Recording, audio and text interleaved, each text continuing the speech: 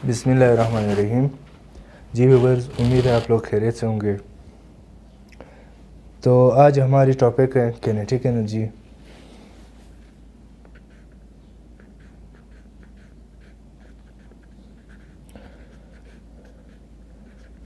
Kinetic energy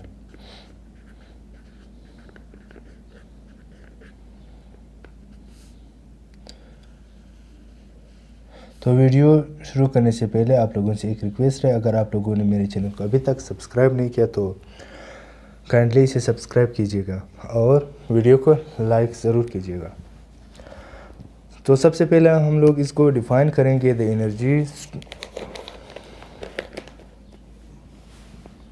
energy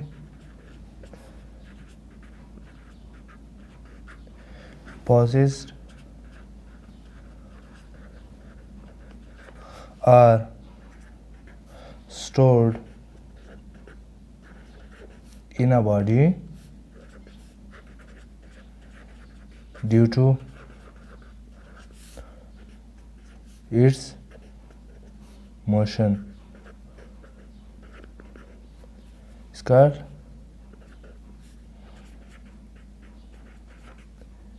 kinetic energy।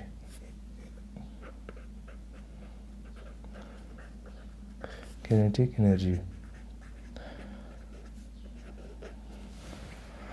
मतलब ये हुआ कि मोशन की वजह से अगर किसी बॉडी में एनर्जी स्टोर हो तो उसे हम लोग सिंपली किनेटिक एनर्जी कहते हैं।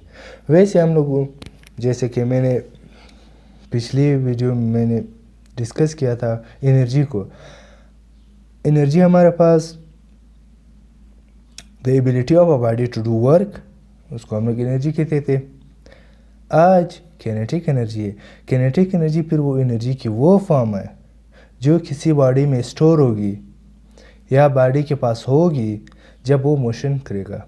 जब बॉडी मोशन करेगा तो उसमें जो एनर्जी प्रोड्यूस होगी या स्टोर होगी, उस एनर्जी को हम लोग किनेटिक एनर्जी कहते हैं। अब हम लोग इसका एक्सप्लेनेशन में हम लोग क्या लिख सकते हैं?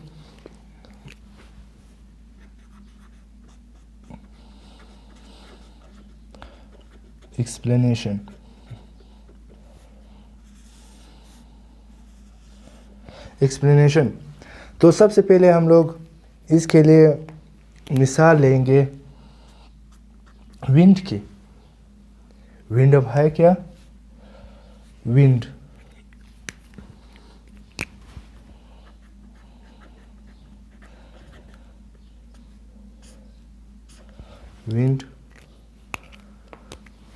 मूविंग एयर,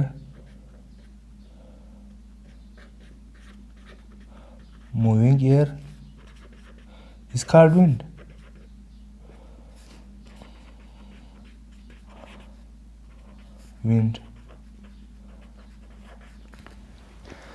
चलती हुई हवा को हम लोग आंधी कह सकते हैं।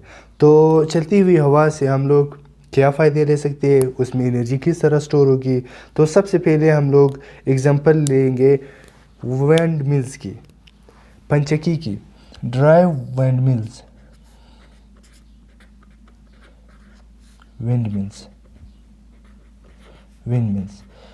तो पंचकी बेसिकली हमारे पास एक पंखा हुआ करता था पहले ज़माने में।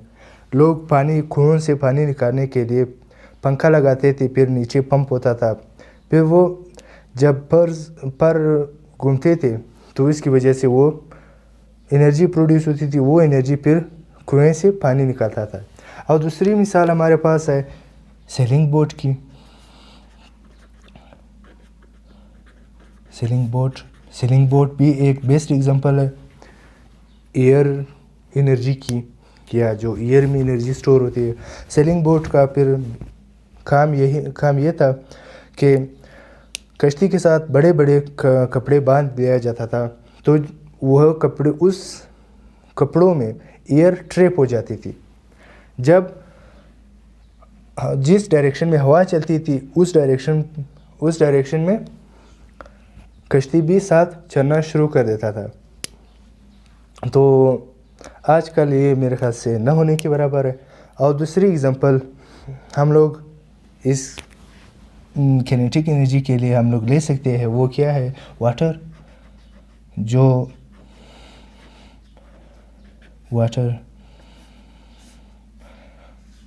अभी अगर आप लोगों ने गौर किया होगा, जब नदी नालों में पानी आता है तो बड़ी मिकदार में बारिश के बाद, तो वो अपने साथ बहुत सारी चीज़ें ले जा रही होती है। अगर इसमें एक वुडन लॉग हो, केरी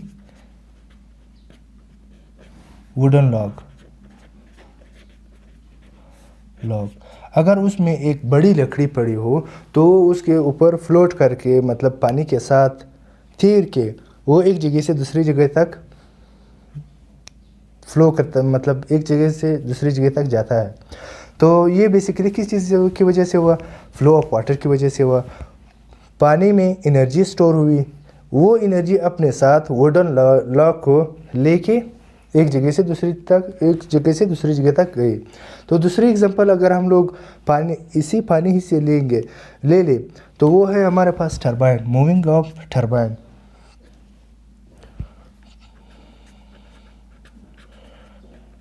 टरबाइन generating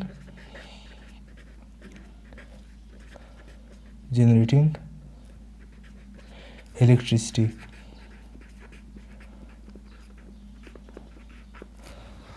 बिजली जो आजकल हम बिजली के बगैर हमारी ज़िंदगी आजकल तो नामुमकिन ही है।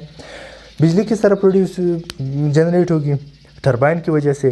टरबाइन बेसिकली उसी तरह की जैसे विंड मिल पर होते हैं, जो टरबाइन्स के पंखे होते हैं जो पानी के फ्लो के साथ घूमते हैं।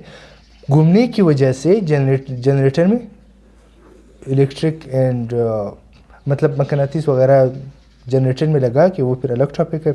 फिर टरबाइन्स घूमते हैं, टरबाइन्स के घूमने की वजह से एनर्जी इलेक्ट्रिक एनर्जी प्रोड्यूस होती है या इलेक्ट्रिसिटी हमारे पास प्रोड्यूस होगी। अब मैं नेक्स्ट पेज पे जाके इसके एक्सप्लेनेशन मैथमेटिकल फॉर्म दूंगा, क्योंकि इस पे ज़्यादा बात नहीं कर सकूँगा, फिर वीडियो ज़्यादा लंबी हो जाएगी।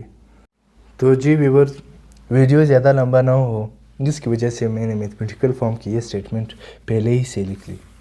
अब इस स्टेटमेंट में बेसिकली वो क्या कह रहे हैं, consider a body of mass m, मतलब एक बॉडी होगी, इसकी जो मास है वो m होगी, मूविंग विद वेलोसिटी v, जिसकी वेलोसिटी v होगी। द बॉडी स्टॉप, बॉडी रुक जाएगी आफ्टर कवरिंग सम डिस्टेंस, कुछ डिस्टेंस कवर करने के बाद, ड्यू टू अपोजिंग फोर्स का फ्रिक्शन, मतलब एक चीज़ होगा, एक मास होगा, वो मोशन कर रहा होगा, उसका मास m मोशन कर रहा होगा विद वेलोसिटी, इसका वेलोसिटी भी होगी और वो डिस्टेंस भी कवर करेगा। कुछ देर बाद या कुछ डिस्टेंस कवर करने के बाद वो बॉडी रुक जाएगी। किस चीज़ की वजह से रुक जाएगी, एक फोर्स की वजह से, एक अपोजिट फोर्स की वजह से, जिसको हम लोग फ्रिक्शन कहते हैं। The body possesses kinetic energy is capable to do work against the friction until all of its energy used up। Body उस वक्त तक काम कर रही होगी जिस वक्त तक उसके पास एनर्जी हो। कौन सी एनर्जी, किनेटिक एनर्जी। जब वो अपनी किनेटिक एनर्जी तमाम किनेटिक एनर्जी यूज़ करेगी तो वो बॉडी फ्रिक्शन फोर्स ज़्यादा हो जाएगा, किनेटिक एनर्जी कम हो जाएगी। जब किनेटिक एनर्जी फ्रिक्शन फोर्स से कम होगी तो आखिरकार वो रुक जाएगी। अब जैसे कि kinetic energy is equal to useful work,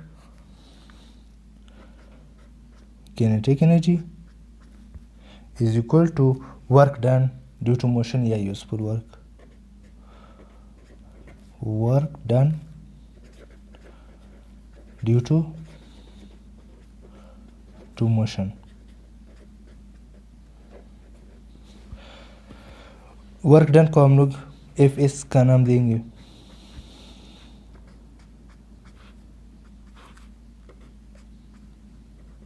इसी इक्वेशन को हम लोग इक्वेशन 1 का नाम देंगे।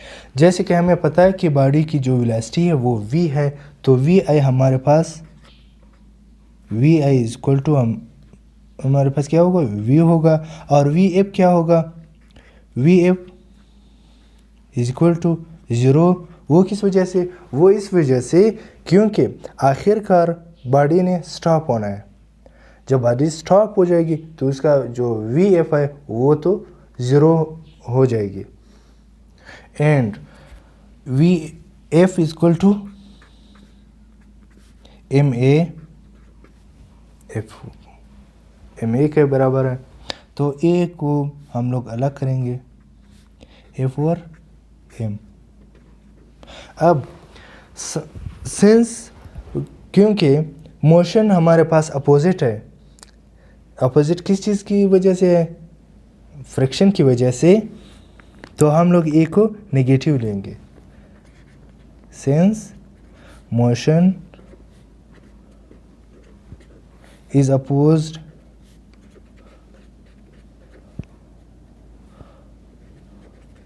hence A acceleration is negative,